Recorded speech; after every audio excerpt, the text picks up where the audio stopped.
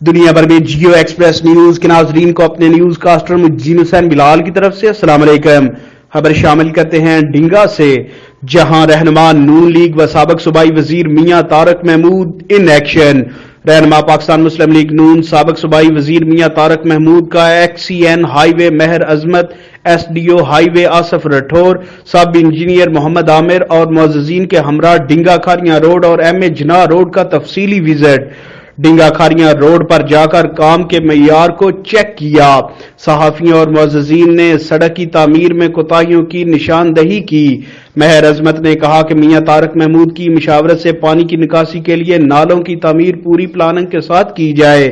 X سی N high وے نے میاں طارق محمود کو یقین دہانی کروائی کہ کام کے معیار کو مزید بہتر کیا جائے گا۔ لال قلعہ چوک تا منگوال چوک تک زیر تعمیر سڑک کا وزٹ کیا گیا اور ایکس سی این نے دریافت کیا کہ کئی سالوں سے اس سڑک کی تعمیر کیوں نہیں ہو سکی، تو انہوں نے بتایا کہ 3 سال قبل جو پتھر اس سڑک پر ڈلوایا گیا تھا اس کے پیسے بھی ابھی تک وصول نہیں ہوئے، اس لیے باقی کام کروانا ممکن نہیں، جس پر میاں طارق محمود نے ہدایت کی کہ اس کا تخمینہ بنا کر مجھے دیں، میں چند دن تک اس کے فنڈ لا کر دوں گا۔